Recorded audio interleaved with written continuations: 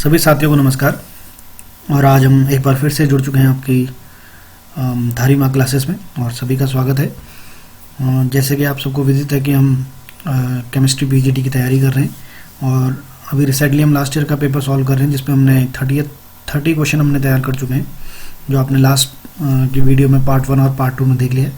आज हमारा part 3 start हो रहा है और उसमें हम आने वाले 15 क्वेश्चन को हम अच्छे से समझेंगे और आई होप आप लोग को बहुत क्लियर भी होता जा रहा होगा। और कहीं कहीं पे हो सकता है आप सोच रहे होंगे कि इस क्वेश्चन में और ज़्यादा डिटेल बताएं, तो डिटेल के लिए अभी हमारे पास समय है नहीं इतना कि हम इतना डिटेल में बोलें, लेकिन हम लोगों ने कहीं ना कहीं ऑनलाइन क्लासेस के भी इसमें तैयारी के लिए हमने डाल चुके हैं कि हम ऑनलाइन भी तैयारी करा रहे हैं।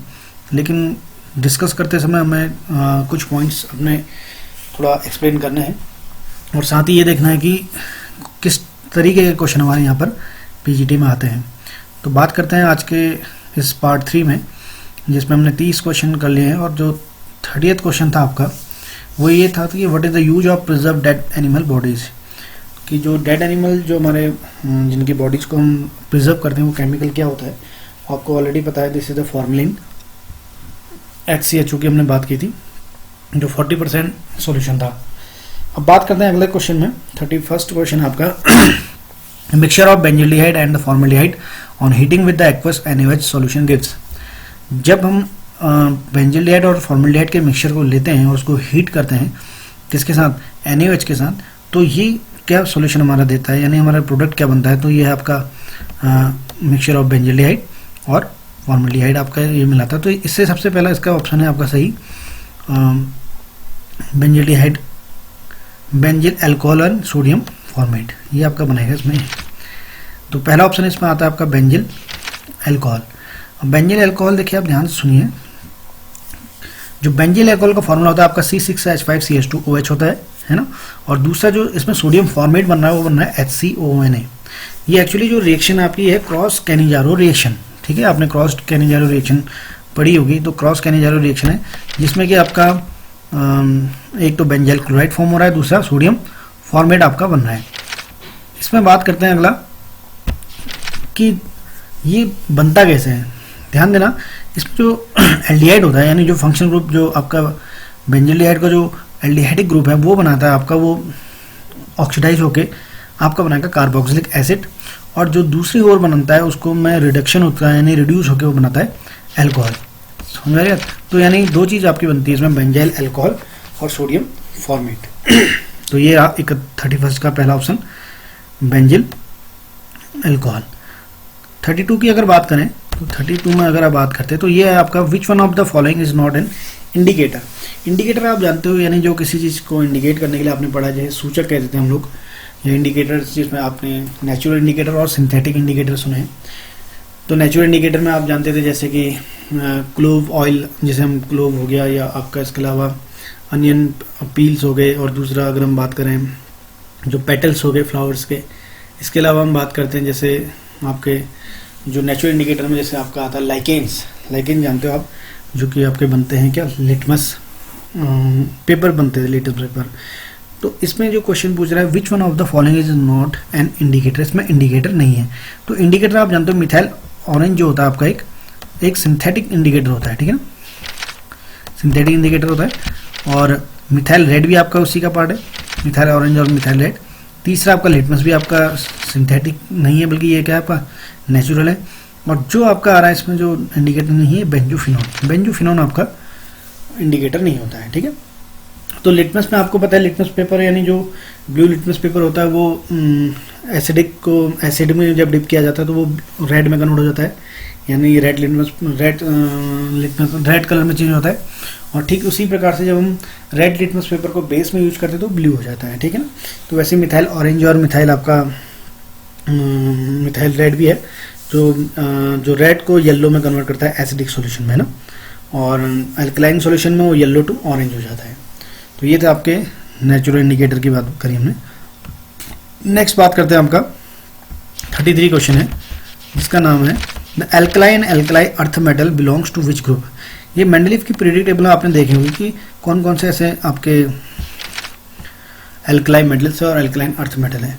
तो आपको पता होना चाहिए स्टार्टिंग का जो ग्रुप होता है, आपको मालूम है लेफ्ट हैंड साइड में वो होता है आपका एस ब्लॉक के एलिमेंट्स, और उधर राइट हैंड साइड में आप देखते हो जो 6 ग्रुप आते हैं वो आते हैं आपके पी ब्लॉक के एलिमेंट्स, और एस और पी के बीच में जो ग्रुप होता है वो होता है डी ब्लॉक एलिमेंट, और सबसे नीचे अगर आप देखोगे तो उसके नीचे आता है आपका एफ ब्लॉक के एलिमेंट्स। तो यहाँ पर ये पूछ रहा है क्योंकि हर ब्लॉक की नेमिंग होती है, आपने जैसे हेलोजन सुना है, नोबल गैसेस सुने हैं, कैल्कोजन सुने हैं, है ना, और आपकी नाइट्रोजन फैमिली है, वटेवर जितने भी आपके जो ब्लॉक है उनके नेम दे रहते हैं।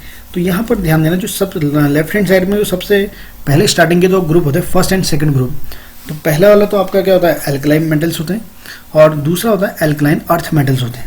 तो इसका जो सही आंसर है वो है आपका 33 का सी आंसर, ठीक है।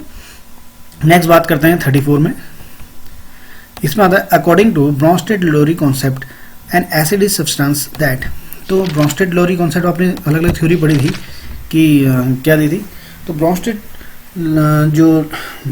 थे, उन्होंने ये बताया था कि जो एसिड होता है वो हमेशा क्या करता है, एक प्रोटॉन रिलीज करता है, ध्यान देना, ठीक है। तो यहाँ पर जो ऑप्शन है आपका 34 का जो ऑप्शन है वो दैट इज बी है। तो रिलीज ये प्रोटॉन को रिलीज करता है, ध्यान देना, ये प्रोटॉन को रिलीज करता है जो हमारे एसिड्स होते हैं, ठीक है ना। और जबकि क्या होता है जो बेस होते हैं वो प्रोटॉन को एक्सेप्ट करते हैं, क्लियर। एंड जो आपके लुईस एसिड होते हैं वो क्या करते हैं, इलेक्ट्रॉन पेयर को रिसीव करते हैं, जो आपका यानी सी वाला जो ऑप्शन इसमें दिख रहा है, ये इलेक्ट्रॉन पेयर जो रिसीव करता है यानी एक्सेप्ट करता है, ये हमारे क्या कहलाते हैं, लुईस एसिड्स होते हैं, ठीक है। और सिमिलर अगर हम बात करें रिलीज एन इलेक्ट्रॉन पेयर, ऐसा कोई भी थ्योरी के अकॉर्डिंग नहीं है कि जो इलेक्ट्रॉन पेयर को रिलीज करे।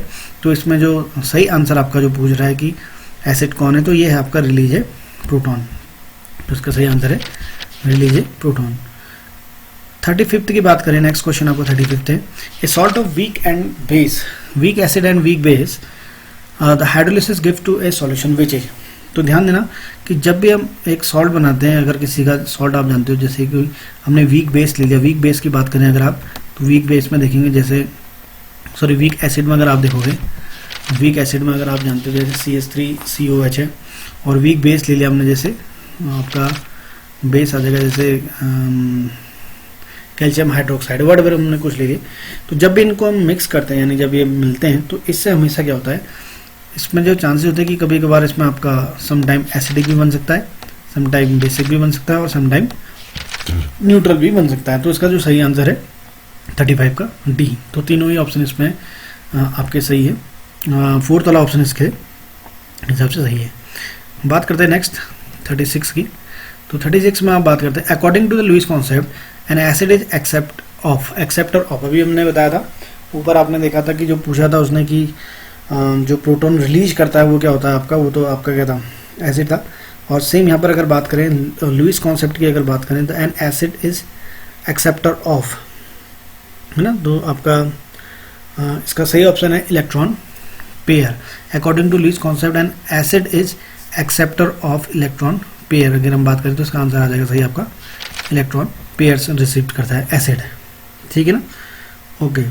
और वैसे आपने देखा था कि प्रोटॉन ऊपर आपने जब पढ़े थे तो ब्रॉन्स्टेड के अकॉर्डिंग था, ब्रॉन्स्टेड जो लॉरी वाले में था उसमें वो प्रोटॉन क्या करता था, रिलीज करता था, लेकिन यहाँ पे लुईस कॉन्सेप्ट में आता है इलेक्ट्रॉन पेयर क्या करता है, एक्सेप्ट करता है एक एसिड।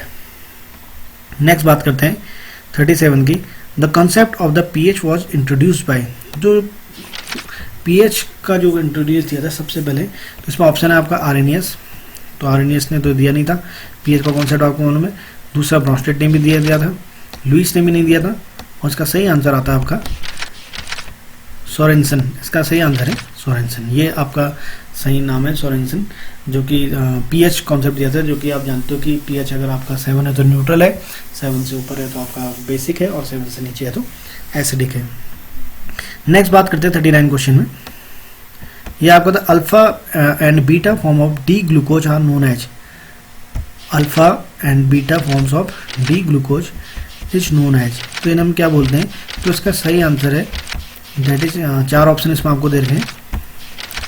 पहला है इसमें एनोमर, ठीक है, दूसरा है एपीमर, एंड थर्ड है रेसिमिक मिक्सचर, एंड डी है इनडायोल जिसे हम बोलते हैं, इनडायोल जिसे हम बोलते हैं एक तरीके से।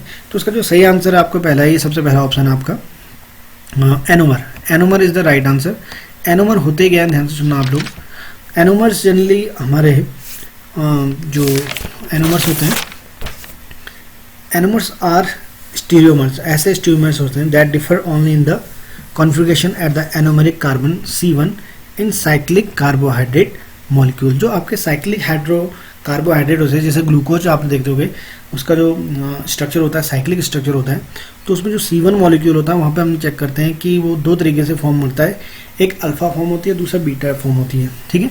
तो जिसमें आप एग्जांपल देखा होगा अल्फा डी ग्लूकोज और बीटा डी ग्लूकोज आपने देखा होगा, तो ये कहलाते हैं आपके एनोमर्स। फॉर्मूला लगभग सेम ही होता है, और लेकिन स्ट्रक्चर क्या होता है, कार्बन की पोजीशन के अकॉर्डिंग इनको अलग अलग बोले जाते हैं। तो इसका एग्जांपल भी आ गया आपका alpha D glucose and beta D glucose, ये कहलाता है हमारे एनोमर्स। तो एपीमर्स तो है नहीं।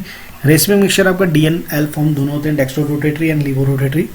एंड इनेडायोल में हो जाएगा ऐसे compound which have carbon double bond carbon, यानी कार्बन के बीच में डबल बॉन्ड्स होते हैं, ऐसे हमारे एनेडायोल होते हैं। तो इसका सही आंसर है एनोमर का, इसका पहला ऑप्शन है अल्फा बीटा फॉर्म एनोमर्स।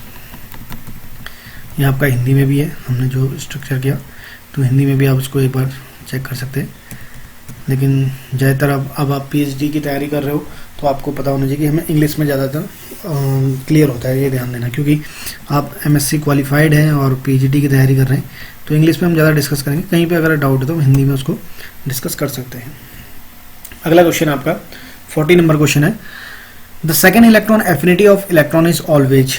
तो ध्यान देना, सेकेंड इलेक्ट्रॉन एफिनिटी आप जानते हो कि इलेक्ट्रॉन को जनरली जब हम रिलीज करते हैं तो उस पर या पॉजिटिव जब चार्ज आता है, आपको मालूम है, तो सबसे पहला जब इलेक्ट्रॉन जो फर्स्ट इलेक्ट्रॉन एफिनिटी होती है वो हमेशा आपकी क्या होती है, इलेक्ट्रॉन एफिनिटी नेगेटिव होती है, क्योंकि इसमें एनर्जी रिलीज हो रही होती है, ठीक है। And second electron affinity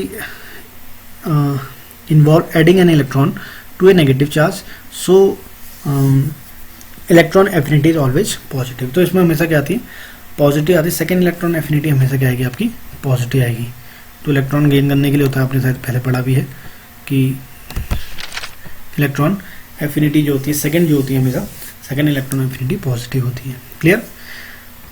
next बात करते हैं 41 में आपका, the boiling point of H2O less than H2S, more than H2S या equal to H2S and zero तो हो नहीं सकता है, पहली बात बॉइलिंग पॉइंट।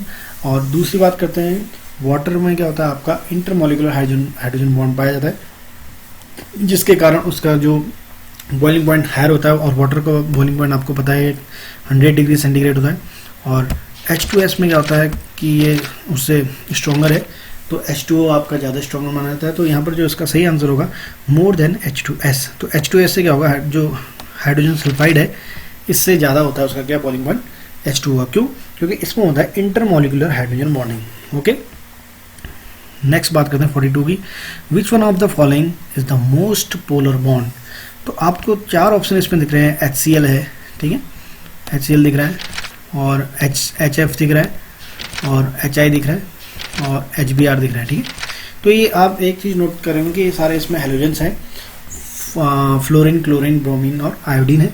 तो आपको पता है कि fluorine is the most electronegative element, सबसे ज़्यादा इलेक्ट्रोनेगेटिव होता है कौन, फ्लोरीन। और हाइड्रोजन आपका इलेक्ट्रोपॉजिटिव एलिमेंट है, तो इसलिए इसका जो सही आंसर बनता है HF, hydrogen fluoride. Hydrogen fluoride आपका क्या होता है, मोस्ट पोलर बॉन्ड पाया जाता है, ठीक। नेक्स्ट बात करते हैं आपका इसमें 43 क्वेश्चन में आ जाते हैं हम लोग। Deuterium is generally known as, deuterium होता क्या आपको, ये हैवी हाइड्रोजन होता है या लाइट हाइड्रोजन होता है, डबल हाइड्रोजन या गैस हाइड्रोजन। आपको मालूम होना चाहिए deuterium is the isotope of hydrogen, isotope होता है हाइड्रोजन का। तो इसका जो सही आंसर है पहला ऑप्शन है आपका हैवी हाइड्रोजन के नाम से जाना जाता है ड्यूटेरियम, ठीक है। इसको हम लाइट नहीं बोलते बल्कि हैवी हाइड्रोजन बोलते हैं। और डबल हाइड्रोजन वैसे भी नहीं कहते हैं, क्योंकि H2 इस तरीके से नहीं कहा जाता है, क्योंकि ये ड्यूटेरियम होता है 1H2, आइसोटोप होता है 1H1, 1H2 and 1H3। Protium 1H1 हो गया प्रोटियम, 1H2 हो गया ड्यूटेरियम, 1H3 हो गया दैट इज ट्राइटियम, ठीक है। और गैस हाइड्रोजन आपका ऐसा कुछ है नहीं कि जो गैसेस फॉर्म में हो हाइड्रोजन। 44 की बात अगर बात करें तो ये है आपका, the boiling point of water at the 1 atmospheric pressure will be, 1 atmospheric pressure की अगर हम बात करें तो जो वाटर का जो बॉइलिंग पॉइंट होता है STP पे हम जब बात करते हैं वो होता है हमेशा कितना, 100 डिग्री सेंटीग्रेड। इसका सही आंसर है 100 degree centigrade. C option is there, आपको दिख रहा है आप लोगों को, C is the 100 degree centigrade. Okay, इसके बाद लास्ट क्वेश्चन है हमारा 45 की। अगर हम बात करें, the density of ice is the less than water of 0 degree centigrade to 4 degree centigrade, more than water 0 degree centigrade to 4 degree centigrade, and equal to the water 0 degree centigrade to 4 degree centigrade, और fourth one is the zero. तो इसका जो सही answer है, जो ice की जो density होती है वाटर से हमेशा क्या होती है, लेस देन वाटर होती है, यानी वाटर से हमेशा कम होती है। तो इसका जो पहला ऑप्शन है आपका लेस देन वाटर, यानी दैट इज ये आ जाएगा आपका, ए वाला ऑप्शन आ जाएगा। तो ये है साथियों आपके आज के 15 क्वेश्चन हमने डिस्कस कर लिए हैं, 30 से लेके 45 तक हो चुके हैं, और डेली हम इसमें आपको इक्वेशंस सॉरी जो भी क्वेश्चन है उसको हम डिटेल में चेक भी कर रहे हैं, और आपको थोड़ा सा पेपर का स्टैंडर्ड भी समझ में आ रहा है कि किस तरीके के क्वेश्चन पूछे जा रहे हैं और कैसे इनको हम कर सकते हैं। तो साथियों मैंने एक ग्रुप भी बनाया हुआ है, उसका लिंक मैंने अभी इसमें शेयर तो किया नहीं है, लेकिन बहुत जल्द मैं बताऊंगा आप लोगों को। और दूसरी बात है कि ऑनलाइन क्लास भी हमारी चल रही है, और इस यूट्यूब के माध्यम से मैं आपको जितनी भी जानकारी है वो देते रहूँगा, और फिर धीरे धीरे हम सिलेबस वाइज इसमें टॉपिक डालते रहेंगे। तो जो भी जानकारी लेना चाहता है या सीखना चाहता है और अपनी तैयारी को बहुत अच्छे तरीके से बनाना चाहता है, और उम्मीद है कि बहुत जल्द अब आप लोगों का एग्ज़ाम की डेट भी आने वाली है, और एग्ज़ाम के डेट के साथ साथ आपके फॉर्म फिर से अप्लाई करने के लिए भी नोटिफिकेशन जारी आ जाएगा। तो उम्मीद है कि अभी से तैयारी कीजिए, तब जाके कहीं अच्छे नंबर स्कोर हो पाएंगे, क्योंकि कंपटीशन बहुत टफ है, और आज के टाइम में आपके नंबर ही आपको आगे तक पहुंचाते हैं। जितने अच्छे नंबर आप स्कोर अप करोगे उसी से आपका प्लेस बन सकता है। तो धन्यवाद साथियों, और नेक्स्ट वीडियो में बात करेंगे आगे 46 नंबर से। तो आज के लिए इतना ही, धन्यवाद।